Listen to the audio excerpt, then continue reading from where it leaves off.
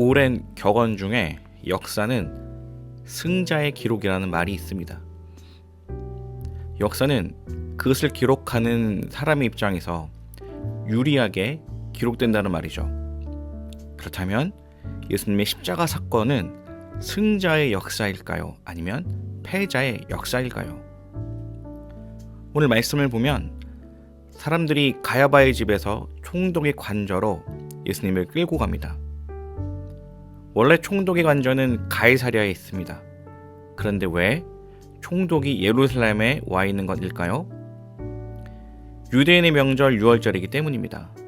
온 유대인들이 예루살렘으로 모이는 이때 소요를 일으키기 좋은 때입니다. 따라서 이 치안을 목적으로 가이사랴에 있던 로마 군대가 예루살렘에 주둔하면서 총독이 온 것입니다. 마가복음에 의하면 브라이도리온이라는 곳에 총독이 머물게 됐는데 이것은 헬라어 프라이토리온을 한국식으로 읽은 것으로 관정을 뜻합니다. 그렇다면 왜 유대인들은 예수님을 총독에게 데려간 것일까요? 여기에는 중요한 정치적인 의도가 담겨 있습니다. 31절을 보면 빌라도가 봐도 예수님은 죄가 없습니다. 예수님을 심판하는 것이 상식적이지 않습니다. 그래서 말합니다. 그를 데려가서 당신들의 율법대로 재판하시오. 그러자 유대인들은 조금 황당한 대답을 합니다. 우리는 사람을 죽일 권한이 없습니다. 이 말은 사실임과 동시에 거짓입니다.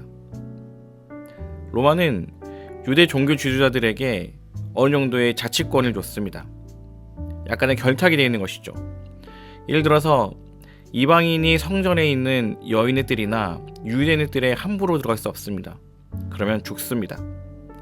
성전에는 이방인의 출입을 엄격하게 금지하는 경고의 경고문을 붙여놓고 있다는 것이죠. 뿐만 아니라 사도행전 7장을 보면 복음을 전한 스데반을 신성모독이라는 이유로 돌로 쳐 죽입니다. 따라서 언제든지 유대인들은 예수님을 죽일 수 있었습니다. 그럼에도 왜 그들은 6월절까지 기다렸다는 것일까요?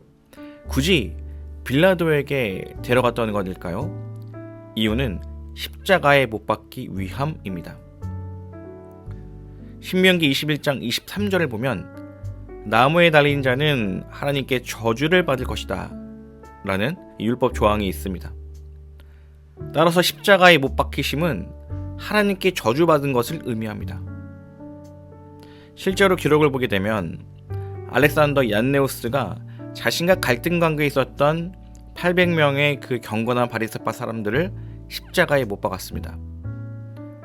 유대인의 관점에서는 이 경건한 바리새파 사람들이 죽었다는 것이죠. 율법에 성실하고 신실한 사람들이 죽었습니다. 이것은 순교자인 것이죠. 하지만 500년이 지나도록 순교자의 지위를 얻지 못합니다. 이유는 나무에 달려 죽었기 때문입니다. 유대인들은 자신들의 율법 안에서 신성모독죄로 예수님을 돌로 쳐 죽일 수 있었으나 주님을 나무에 못 박았습니다. 사람들은 예수님을 하나님의 사람이라 생각했고 메시아, 선지자로 인식했습니다. 그런데 주님이 나무에 못 박혀 돌아가시면 주님은 하나님께 저주받은 자가 되는 것이죠. 그렇게 되면 주님이 전하신 그 말씀과 사역, 그 모든 것들이 무효가 되는 것입니다. 따라서 유대 종교 지도자들의 입장에서는 아주 절묘한 그런 신의 한 수인 셈이죠. 그러나 하나님은 공의의 하나님입니다.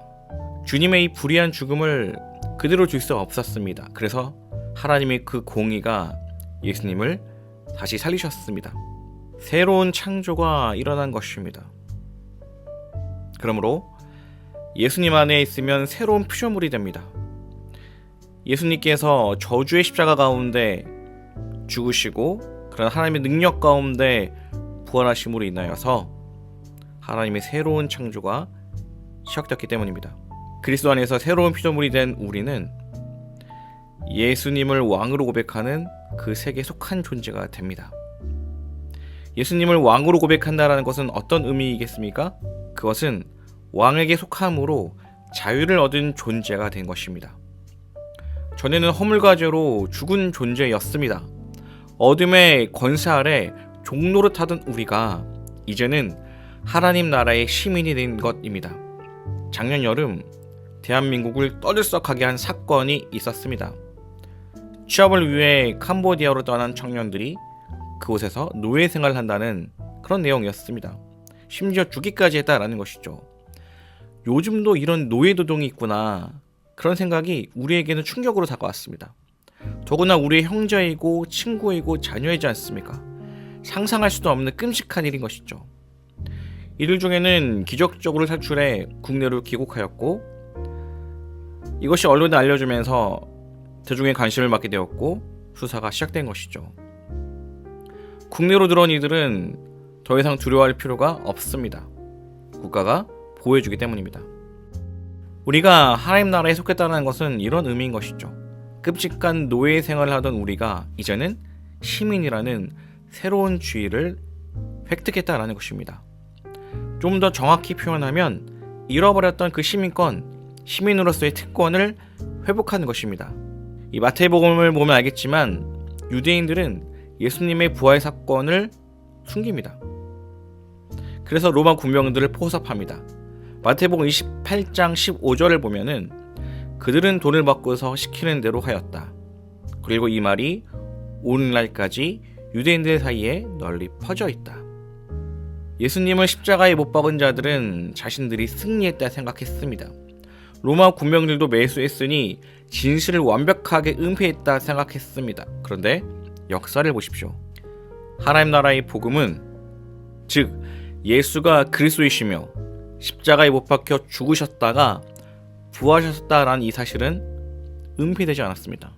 오히려 점점 더 널리 퍼져나갔습니다. 심지어 313년에는 밀라노 칙령으로 인해 로마 사회를 정복해버립니다. 이후 이 복음은 전 세계로 퍼져나갑니다. 예수님의 십자가와 부활은 패자의 역사일까요? 아니면 승자의 역사일까요? 역사는 승자의 기록이다라는 그 격언을 전제할 때 기독교는 승자의 역사입니다. 저들은 주님을 십자가에 못 박음으로 복음을 폐기 처분했다 생각했으나 주님은 부활하심으로 인해 저주를 승리로 바꾸셨습니다. 여러분의 인생은 패배자일까요? 아니면 승리자일까요? 십자가의 능력이 오늘 우리의 삶을 인도하기 때문에 우리 인생은 승리자입니다.